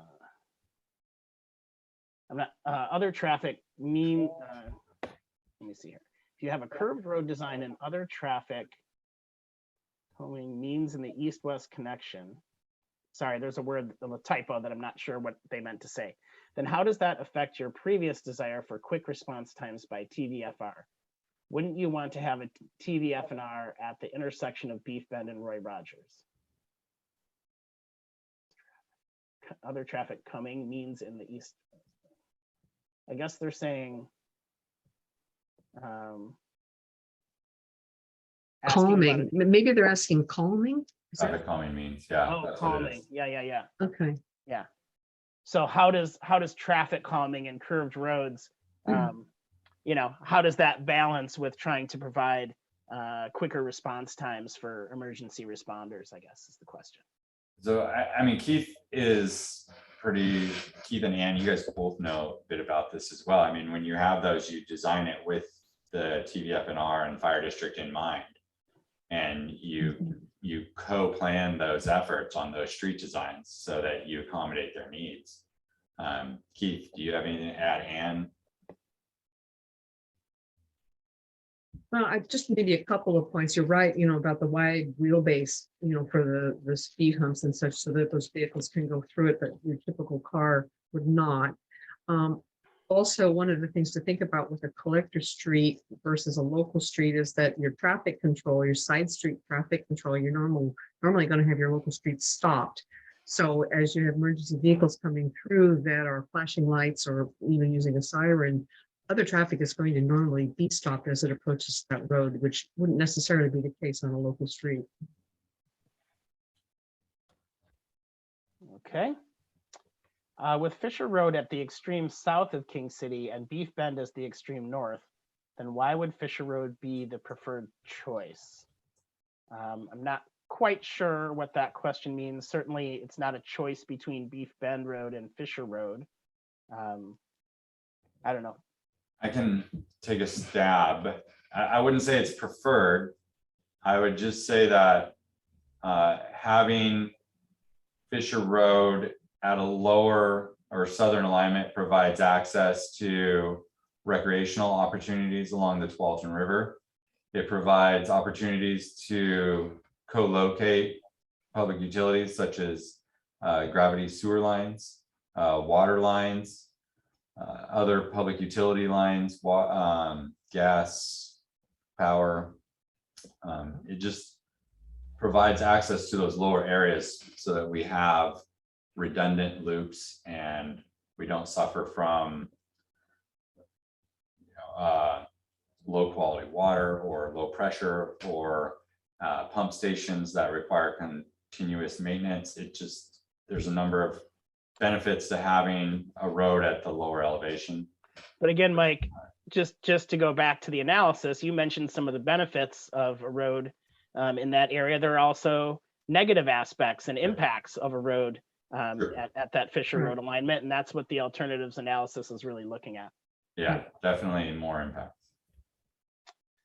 From the beginning, King City residents have been strongly opposed to extending Fisher Road, as has been showed in the surveys, emails, petition, and yet it seems that the city is not listening to the people. What needs to be done so that the city stops considering Fisher Road? I feel like that's a Mike Weston question, or yeah, I don't know. Okay, let me just answering a question here.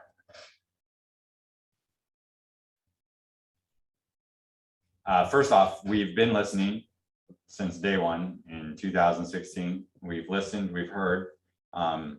We're not going to stop considering Fisher Road because it's really the only connection that we have. That is basically where I'm at, where we are at. We can't force the traffic down Capulet, given its state. We can't plow through a mobile home park. Montague isn't really a legitimate option. King Lear and Sebastian are possibilities, but they don't provide a direct route. So the traffic itself is going to try to get down to Fisher Road, and it's going to try to go southwest, and the other flow of traffic is going to try to go, it's going to try to go southeast, and the other flow of traffic is going to try to go northwest. So that's the natural flow of traffic. We're going to have local streets interspersed throughout this entire area. And if we don't design our roads to handle the load of traffic, then those roads are going to be inadequately developed. We're not going to be able to charge developers system development charges or require them to build the roads to the standards that we want to see as a community. They're going to lack safety features. There won't be adequate circulation throughout the entire area for emergency vehicles, transit, bus routes, for children, access to schools. There's numerous reasons for connected street networks. So there's going to be connected streets one way or another. Which is the best way, and how do we accommodate that? I think that's the question that we need to ask ourselves. Okay. For Anne, does Metro require an internal east-west street connector? Does Metro require it? In all of the planning work that I have done around this region on transportation plans and such, Metro wants to see a collector street system, roughly the kind of spacing that we've been talking about, half mile, quarter mile, some sort of reasonable spacing that goes into a developed area that provides that channelization, that connection function between local streets and arterials. This is really common for every community that I have worked in. There's an expectation that that sort of system will exist.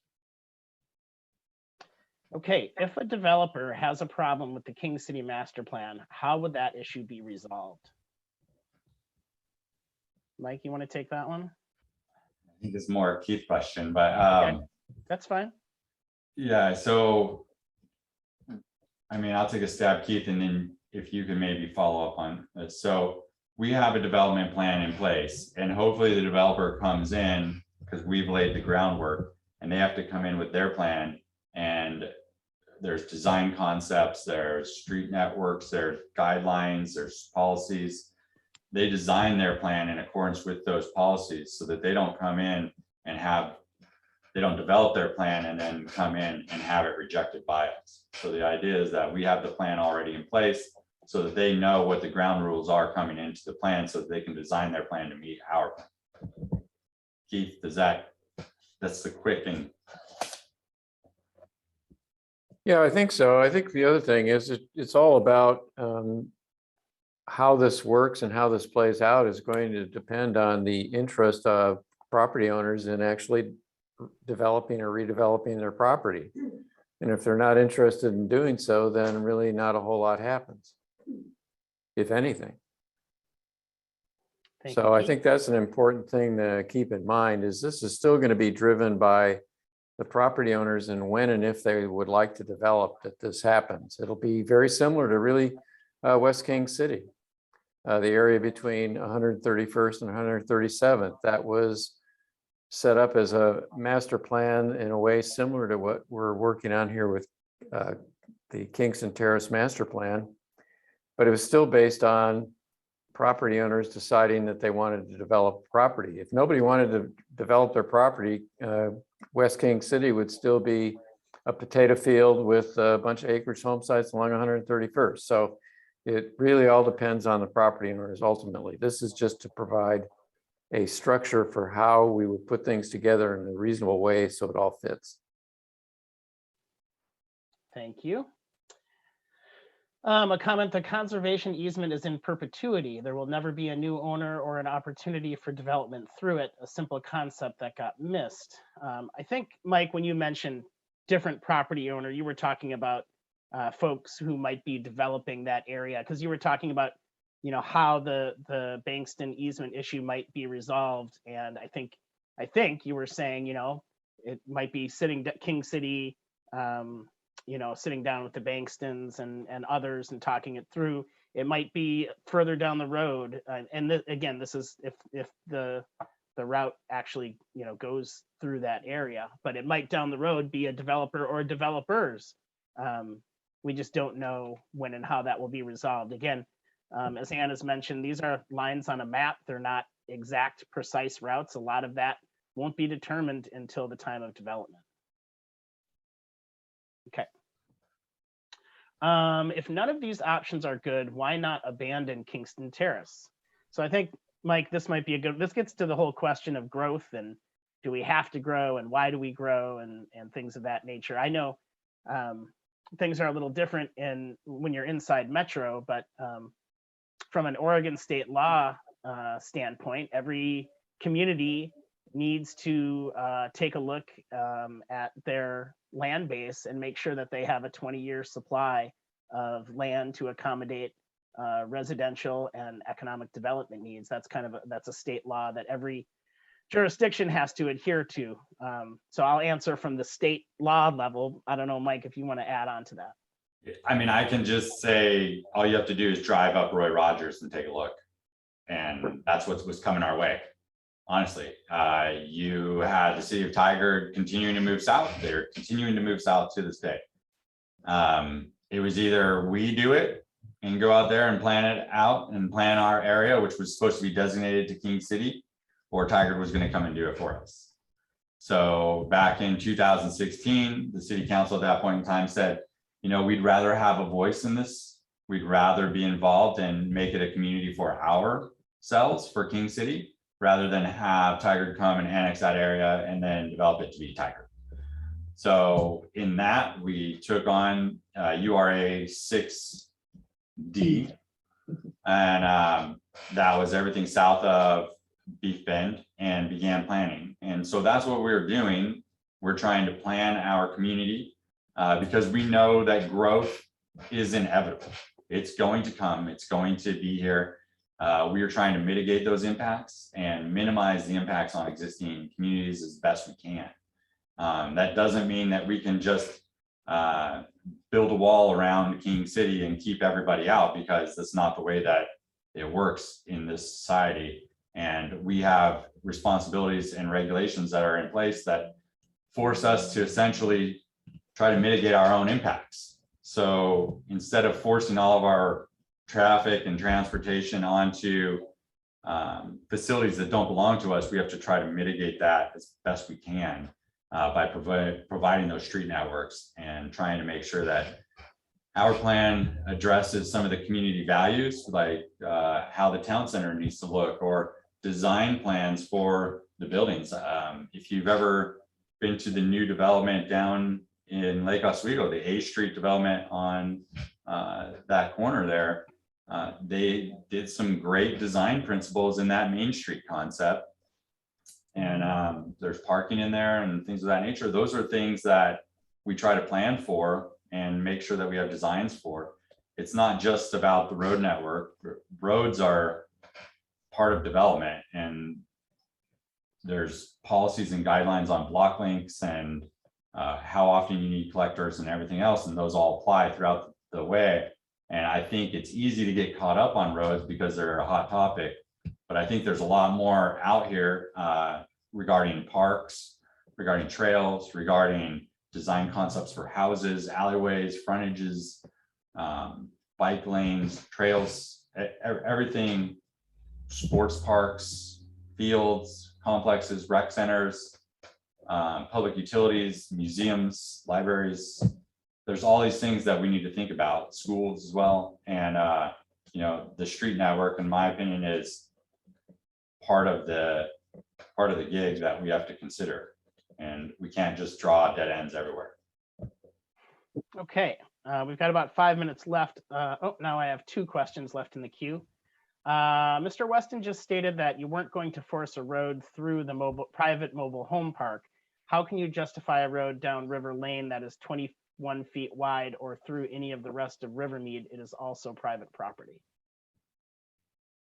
Well, there's a right of way there that's 50 feet wide, and it's public right of way.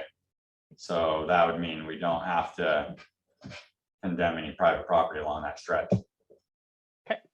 Will there be street parking in the residential neighborhoods, considering most residents will have 2 or more cars?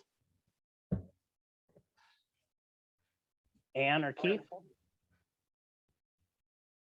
Keith? Part of this depends on the developer as to what they want to put in for streets. Our standards currently allow for streets that are narrow enough that you can only have parking on one side. So I think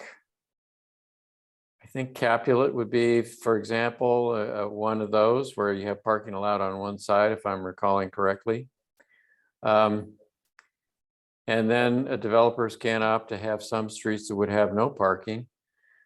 Really, and then as far as parking requirements are concerned, we are allowed to only require 1 parking space per unit for a residential development. So that would include the garage. Typically, our standard right now is, and the expectation is, most people have a residence that will include a garage, which is 1 space. And then we also have a standard that requires a setback between the garage door and the street, so you can accommodate another car on the driveway. So typically, even if developers are meeting the minimum, they're going to have 2 parking spaces on site, and typically some parking on the street as well. But that we're going to be looking at our zoning code as we go forward with the Kingston Terrace Master Plan, and we may have some other methods that we'll want to use to address the need for parking. So All right. Keith, were you keeping up on help me out here. Was it the climate friendly initiatives that Metro was coming in with, or was it the House Bill 2000? It wasn't House Bill. It was the climate friendly thing with parking. Yeah, the climate friendly. Now, those rules are temporary. And I'll have to be honest, I haven't had a chance to look at the most recent ones that came out, but where they were going, at least, was that if you're within a quarter to a half mile of regular transit service, you couldn't require any parking, but that would not be the case for Kingston Terrace. Thanks for that. This is new state legislation that they're still doing rulemaking on. Right. But we do encourage developers to think about the parking need. Yes. Okay, well, we don't have any more hands raised and we don't have any more open questions. There in the was queue. there was one other question that came Oh. in, but it was a text question that they had asked us to dive into. Why eminent domain is not a preferred method for land acquisition. You know, I'm not an attorney on this front, but I've talked with attorneys about it, and I know it is a daunting task to go through the eminent domain track. You can get stuck in mitigation and, or did I say that right? It's I mean, mediation. Sorry, litigation, mediation. Wrong word. But you can get stuck in mediation for long periods of time.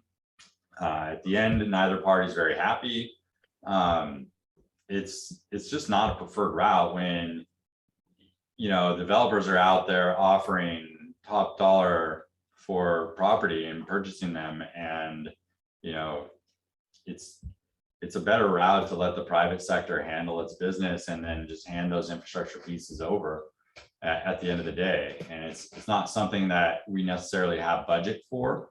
It's not something that a city is trying to do on a, you know, daily basis or annual basis or anything else. It's really a kind of a frowned upon process that we don't want to pursue if we don't have to. Yeah, this is Keith Lyden. I'd also indicate that my limited experience with eminent domain working with clients is they hate to try to do it because takes a long time, it's expensive, and it's extremely painful. So it's something that I don't think any jurisdiction wants to even contemplate if it doesn't have to. Last resort.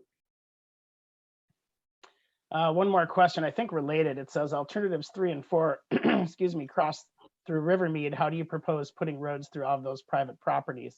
Again, as Mike mentioned, there's a, a public right of way. I think you already answered this question, right? Okay. Yep. Well, it is 8 o'clock, and we want to thank everyone for participating tonight, asking your questions and sharing your comments. It's a lot to consider, but we appreciate hearing everything you have to say. I hope we answered your questions. We did so to the best of our ability. We look forward to presenting new information in August, and you know, as requested, we'll design multiple methods for taking input. I'm sure there will be both an in-person and an online avenue for doing so. And I think just thank you for your time and your questions and your comments tonight. If there's nothing to add, we'll say good night. Thanks.